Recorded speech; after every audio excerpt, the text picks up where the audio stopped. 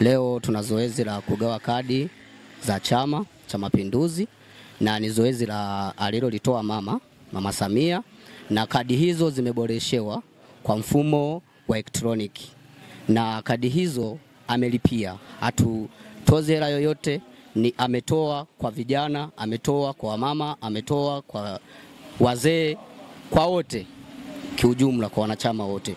Kwa hiyo tumejitoa kwa siku 10 kugawa hizi kadi, na ndani ya siku 10 leo tupo kwenye tawi la Rusumo kwa zoezi hilo la kugawa kadi hizo. Utaratibu wa kujiandikisha na kupata kadi hii ukoje?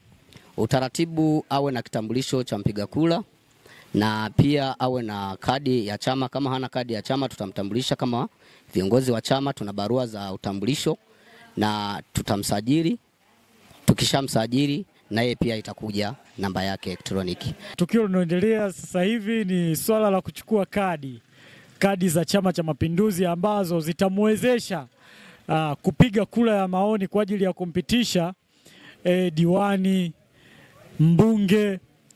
Kwa hiyo nawahamasisha vijana kuanzia tarehe 1 mpaka tarehe 15 mwezi wa 5, hatua ya awali ya kwanza kuchukua fomu kwa ajili ya kujaza, kugombea ama kutia nia udiwani na ubunge zinaanza. Kwa hiyo nawahamasisha pia vijana watumie fursa hiyo.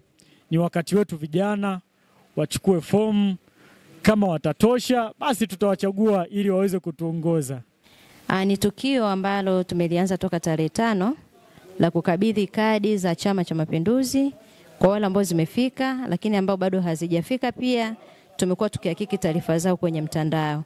Kwa kama zimekosewa tulikuwa tukirekebisha, lakini kama kadi ya mwanachama haijafika tulikuwa tunampa maelekezo kwamba asubiri itakapofika atakabidhiwa kadi yake. Leo hii niko kwenye ofisi ya kijiji kwa ajili ya zoezi la kupokea kadi za wanachama kwa njia ya elektroniki. Ina manufaa gani kwako kuwa na hiyo kadi ambayo imetengenezwa kwa njia ya kielektroniki tofauti na ile ya zamani?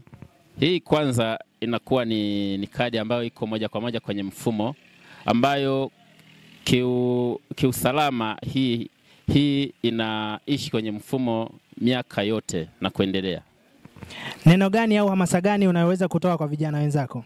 Vijana wenzangu na waasa waje katika zoezi hili, wapokee kadi zao, na ambao hawajajiandikisha waje wajiandikishe waweze kupokea kadi. Wajumbe mbalimbali wameweza kueleza tukio linaloendelea katika ofisi ya kijiji hiki cha Rusumo, ambapo pia wameeleza namna ambavyo raia wa Tanzania anatakiwa kuwa na vigezo na kukizi kwa ajili ya kupiga kura.